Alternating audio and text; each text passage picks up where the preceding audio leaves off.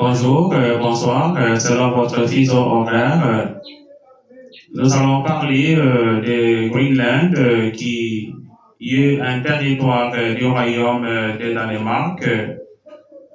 Ce territoire appartient au royaume de Danemark il y a 500 ans passés, qui a une superficie de 2,1 millions de kilomètres carrés, avec une démographie de 57 000 habitants. Ce territoire est devenu un sujet de convoitise de la part des États-Unis d'Amérique. Le président Donald Trump veut à tout prix récupérer ce territoire. Pour quelle raison?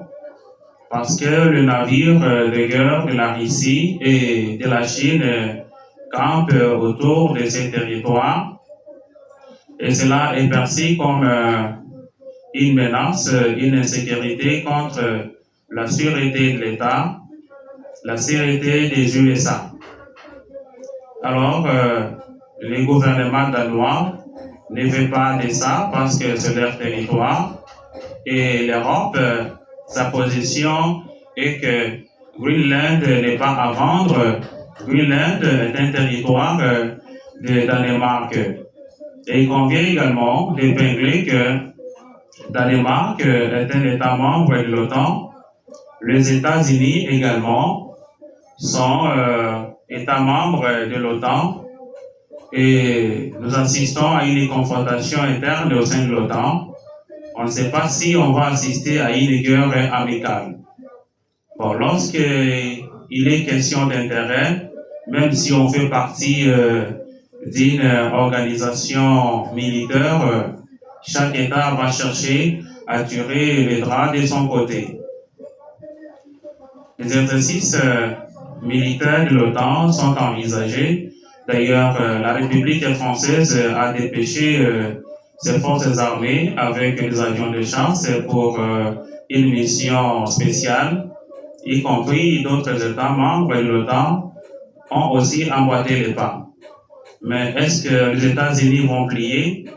Parce que Trump, sa position est reste déterminée. Il veut à tout prix récupérer ces territoires pour sécuriser les États-Unis d'Amérique.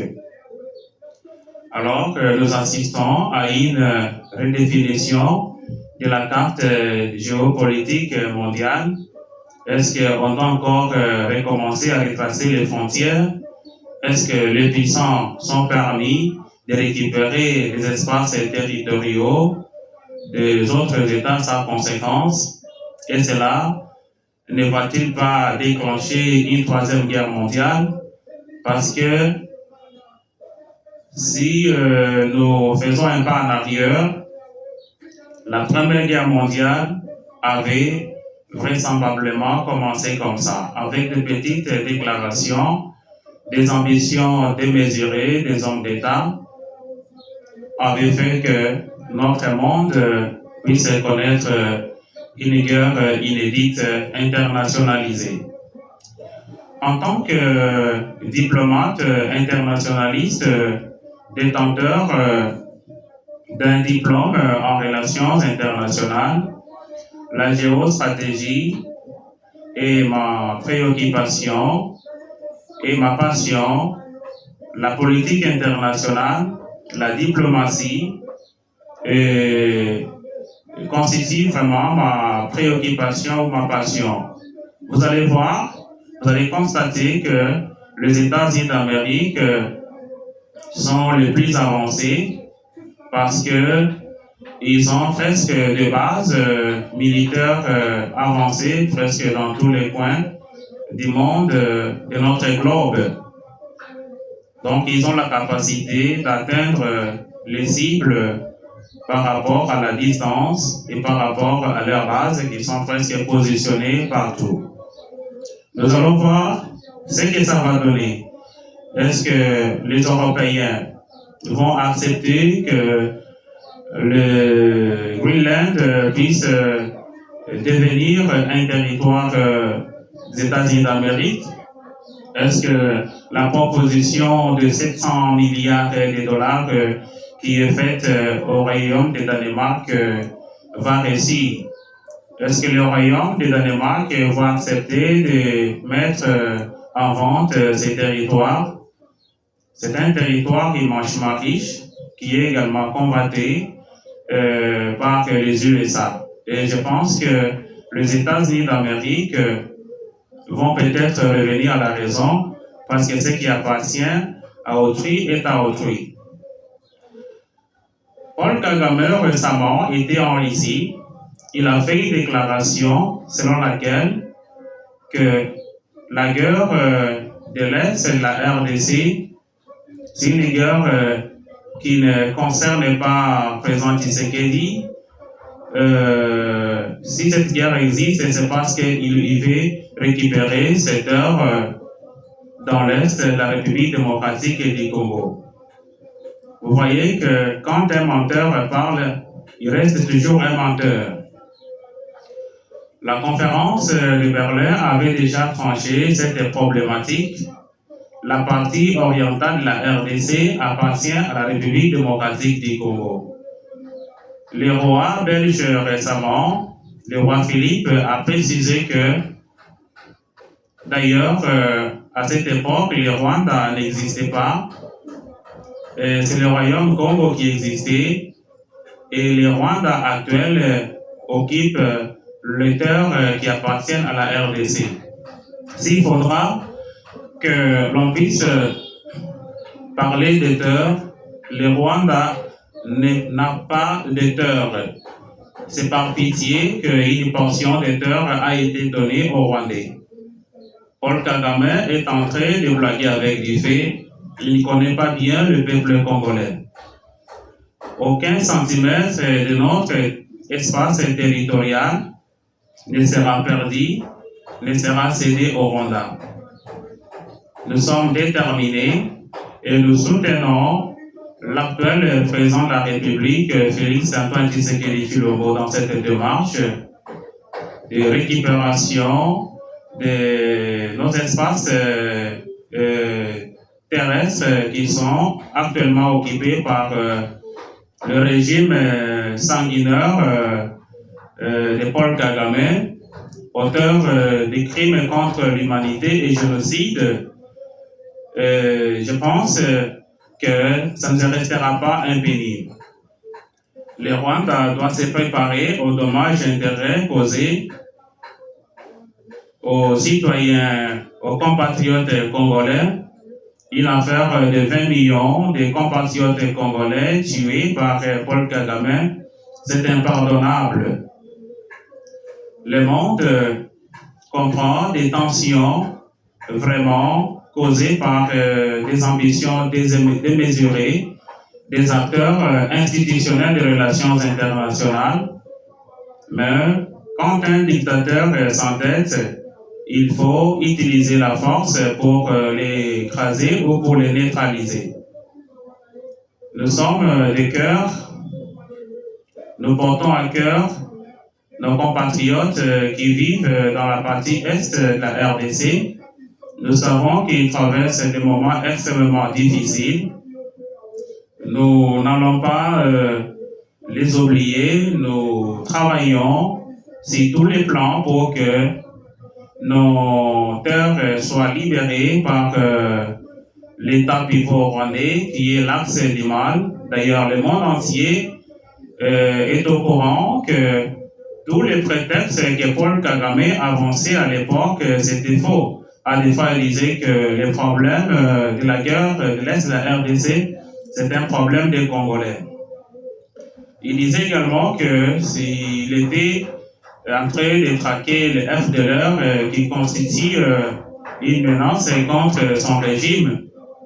Mais aujourd'hui, quand on a toujours dit que même si vous essayez de mentir le matin, mais sachez que le soir, la vérité va éclater. Lui-même a fait éclater cette vérité en disant qu'il doit récupérer les terres, soi-disant leurs terres, que la République démocratique du Congo possède. Ce dit mensonge, heureusement, le royaume de la Belgique existe et le roi Philippe a tranché. en précisant que cette heure-là, que Goma, Bukavu, etc. appartiennent à la RDC, qu'ils cessent de rêver. Nous sommes une force, une puissance, nous avons tous les moyens de récupérer cette heure. Il doit se réjouir parce que depuis que ces conflits armés ont commencé, Rwanda n'a jamais été attaqué militairement par la RDC.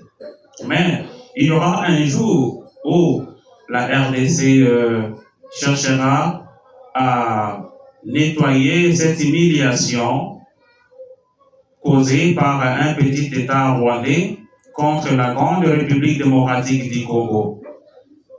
Machiavel a dit que la force doit être utilisée pour se faire respecter. La RDC a tous les moyens, je pense.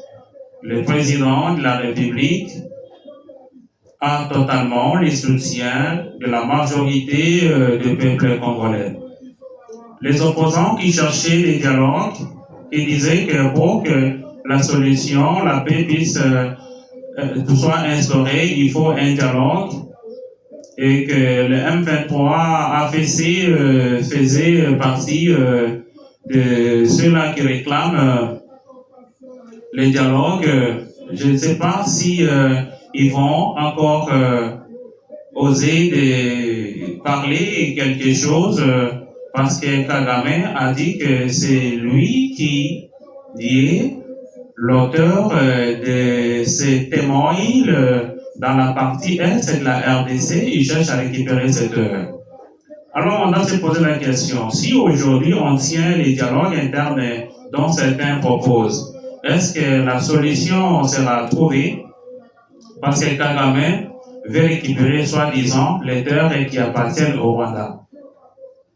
Vous voyez que même le religieux, les opposants, opportunistes, les Congolais de mauvaise qualité doivent cette heure. Le président Tshisekedi avait raison, et tout le monde qui comprend bien, qui conçoit bien les choses, a fini par comprendre que la position de Tshisekedi, notre président, de refuser de négocier avec les Panthères était la meilleure position.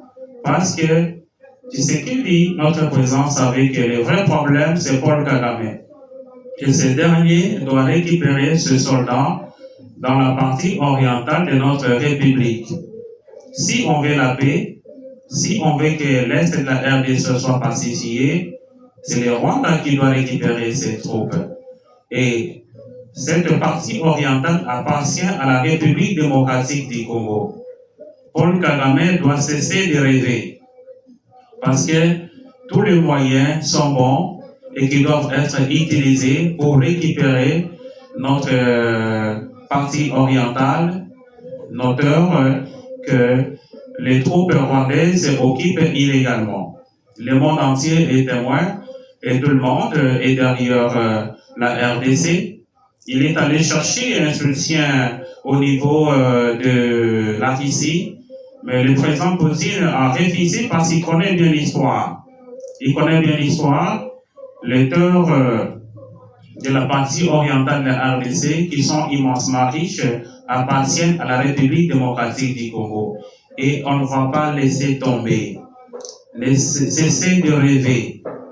Même si vous vous réveillez le matin et vous pensez à continuer à faire vos aventures, à vous trompant que nous allons céder, on ne cédera pas. Nous avons d'ailleurs, la RDC a été ceinturée spirituellement, en commençant par les Congo central jusqu'à l'est de la RDC, c'est-à-dire est, ouest, nord, sud, se ceinturer spirituellement. Nous sommes en train d'insister à ce qu'il est grand temps que Paul Kagame puisse revenir à la raison, retirer ses soldats calmement, parce qu'il ne peut pas défier le monde entier. Nous espérons que nous allons prochainement nous retrouver encore pour une autre thématique, que le Tout-Puissant qui vit dans les cieux puisse protéger notre État et que la paix céleste nous soit accordée et que les prédateurs, les envahisseurs soient confrontés aux difficultés, soient confondus, qu'ils puissent quitter immédiatement notre espace territorial. Au revoir, très prochainement.